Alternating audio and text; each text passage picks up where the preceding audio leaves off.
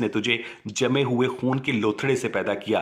तो ये तो एरिस्टोटल की बायोलॉजी थी 4वीं सदी कबलस मसीह की, कि इंसान जो है वो जमे हुए खून के लोथड़े से पैदा होता है। गैलन जो कि एक रोमन फिजिशियन था, उसने 3री सदी ईस्वी के अवाइल में इसे अपनी किताब मेडिसिन के अंदर भी कॉपी किया और रोमन एम्पायर से ये बात जो है अरबों तक पहुंची। हालांकि अगर ये कुरान मजीद फुरकान हमीद अल्लाह ताला का कलाम होता तो अल्लाह ताला को कम से कम इतना पता होता कि इंसान जमे हुए खून के लोथड़े से पैदा नहीं होता। जमा हुआ खून का लोथड़ा एबॉर्शन के वक्त बनता है और इंसान जो है जाइगोट से बनता है, जो कि एग और स्पर्म का अदगाम होता है। ये मेरा 5वां सवाल है। मेरा छठा सवाल जो कि मुझे ज़ाती तौर पर बहुत पसंद है, और इस सवाल के जवाब अस्सलाम वालेकुम। मुल्हद अवैस इकबाल का जो नेक्स्ट ऑब्जेक्शन है वो ये है कि कुरान की जो सूरत अलग की आयत मुबारक है कि हमने इंसान को जमे हुए खून के लोथड़े से पैदा किया, इसके बारे में मुल्हद अवैस इकबाल का ये दावा है कि ये स्टेटमेंट और ये जो कुरान का वर्स है ये कॉपीड है। वो कहता है कि जो अरस्तु था उसका ये नज़रिया था कि इंसान खून के लोथड़े से पैदा हुआ है, और उससे ये स्टेटमेंट होती हुई गैलन तक पहुंची और उसने अपनी किताब मेडिसिन में इसको कॉपी किया, लिखा, और उससे फिर ये अरबों तक आई और फिर अरबों ने इसे कुरान का हिस्सा बनाया।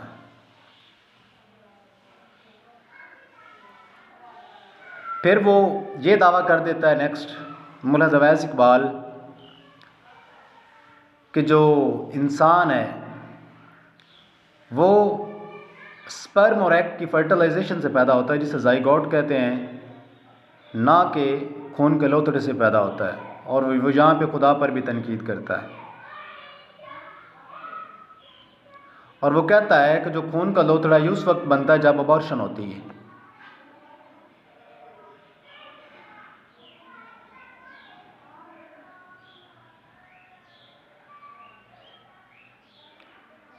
उसकी इस स्टेटमेंट का अब हम तनकीदी और मंतकी तज्जिया करेंगे। यहाँ पे मैं आपको एक असूल बताना चाहता हूँ।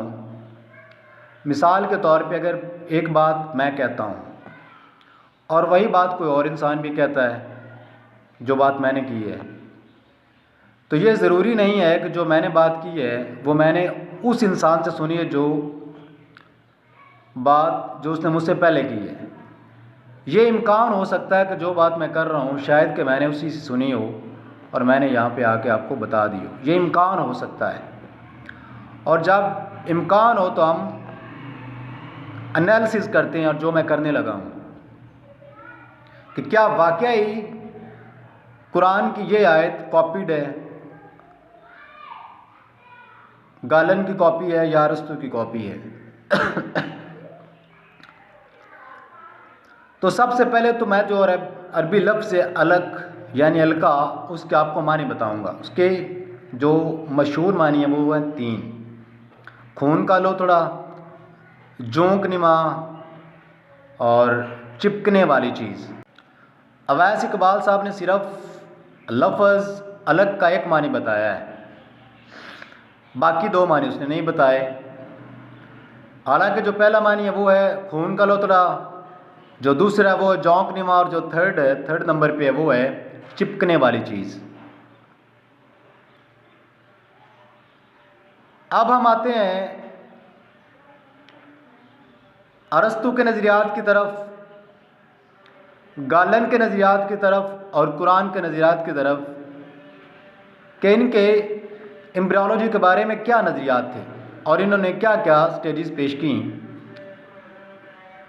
कि बच्चे की पैदाइश किन किन स्टेजेस से गुजर कर होती है। अरस्तु ने जो नज़रिया पेश किया एम्ब्रियोलॉजी के बारे में उसे हम कहते हैं हेमाटोजेनस थ्योरी ऑफ रिप्रोडक्शन, यानी उर्दू में इसका मतलब ये होगा कि जब मर्द का नुत्फ़ा औरत की रहम मादर में जाता है तो वहाँ पे मौजूद होता है माहवारी का खून, यानी हैज़ का खून मौजूद होता है और वो नुत्फ़ा हैज़ के खून में परवरिश पाता है। इस नज़रिए को कहते हैं हेमाटोजेनस थ्योरी ऑफ रिप्रोडक्शन। हेमाटोजेनस का मतलब ये होता है कि हैज़ के खून का बंद हो जाना। मतलब ये नज़रिया था अरस्तू का। अब हम पेश करते हैं गालन का नज़रिया। गालन ने जो स्टेजेस बताई हैं एम्ब्रियोलॉजी की, जिन्हें हम एम्ब्रियोनिक स्टेज कहते हैं, उनमें जो नंबर 1 थी वो थी मनी का गलबा होता है। गालन के मुताबिक जो सबसे पहली स्टेज है वो है मनी का गलबा होता है। नंबर 2 जुनीन जो है, एम्ब्रियो जो है, वो खून से भर जाता है।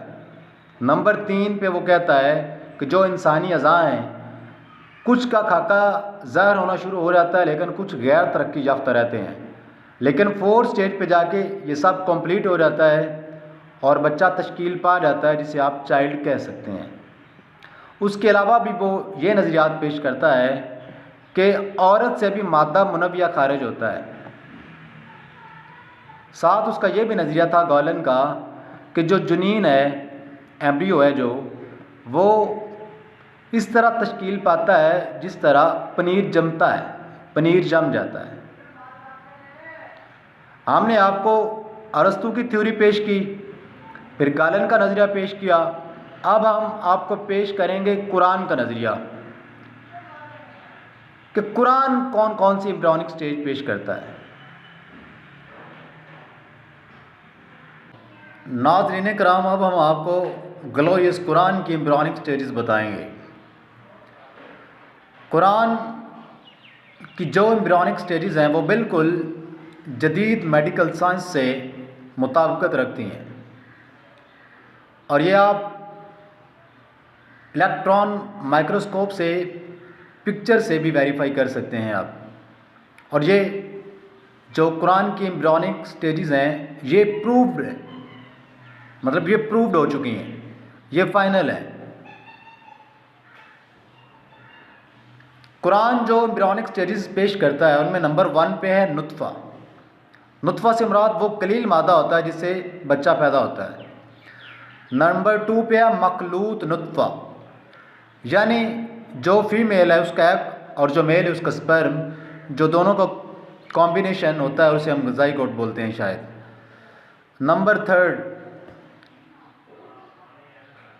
करारे मकीन, यानी महफूज जगह। जब अलका रहम मादर में दाखिल होता है तो उसकी दीवारों से चिपक जाता है, यानी वहाँ पे महफूज हो जाता है। उसे कुरान ने कहा है मकीन करार या करारे मकीन, महफूज जगह। नंबर 4 पे है अलका, जिसके हमने आपको बताया 3 मानी। नंबर 1 खून का लोथड़ा, नंबर 2 जोंक निमा और नंबर 3 चिपकने वाली चीज़। और आगे आता है मुज़गा, यानी बोटी, चबाई जाने वाली चीज़ भी आप कह सकते हैं, जिसके लिए डॉक्टर कैथमोर ने प्लास्टिक इस्तेमाल किया था। जिस तरह हम प्लास्टिक को चबाते हैं इस तरह की वो चीज़ कहलाएगी मुज़गा। उसके बाद आता है अज़ामन, यानी हड्डियाँ, और लामन, यानी गोश्त। नुत्फ़ा पहली एम्ब्रियोनिक स्टेजेस है कुरान की, जबकि दूसरी तरफ गालन कहता है कि मनी का गलबा होता है। कितना फ़र्क है गालन के नज़रियात में और कुरान के नज़रियात में।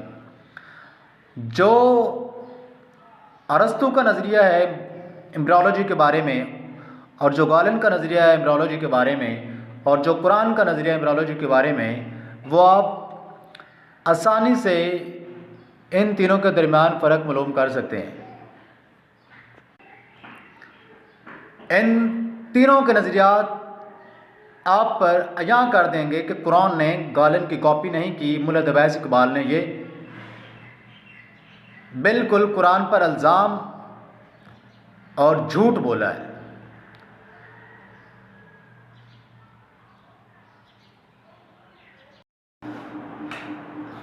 In fact, glorious Quran is not copy of Aristotle thoughts as well as Galen. हम आपको बताएंगे कि गोलन की कॉपी किन लोगों ने की। अगर हम पढ़ते हैं बाइबल बुक ऑफ यूब चैप्टर नंबर 10 वर्स नंबर 10, जिसमें लिखा है, क्या तूने मुझे दूध की तरह नहीं अंडेला और पनीर की तरह नहीं जमाया। सीधी सीधी गालन की कॉपी, बाइबल ने सीधी सीधी गालन की कॉपी की है, क्योंकि गालन का ये नज़रिया था कि जो एम्ब्रियो है, जो जनीन है, ये पनीर की शक्ल में जमता है। तो बाइबल ने कॉपी की है गालन की, कुरान ने गालन की कॉपी नहीं। कुरान की जो एम्ब्रियोनिक स्टेजेस हैं वो जदीद मेडिकल साइंस से मुताबिकत रखती हैं, और आप इलेक्ट्रॉन माइक्रोस्कोप से पिक्चर से भी वेरीफाई कर सकते हैं। डॉक्टर केतमोर जो मशहूर एम्ब्रियोलॉजिस्ट है, जिसकी अवार्ड याफ्ता किताब द डेवलपिंग ह्यूमन, उसमें लिखा हुआ है कि जब एम्ब्रियो को 3 से 4 हफ्ते गुजरते हैं तो ऐसा नज़र आता है जैसे खून का लोथड़ा हो। यानी कुरान ने यह नाम उसे मुशाबहत की बुनियाद पर दिया है। तो मुल्ला दवाइस इकबाल का यह दावा बिल्कुल बेबुनियाद है जो उसने अपने इस वीडियो में किया है कि गालन की कॉपी है कुरान, और कुरान जो है उस पर मुरैक का जिक्र नहीं करता, बल्कि ये कहता है कि इंसान जो है वो खून के लोथड़े से पैदा हुआ, और ये जो लोथड़ा है ये अबॉर्शन के वक्त पैदा होता है। तो मुल्ला दवाइस इकबाल का ये इतराज़ बिल्कुल बेबुनियाद और गलत था। अल्हम्दुलिल्लाह वस्सलाम।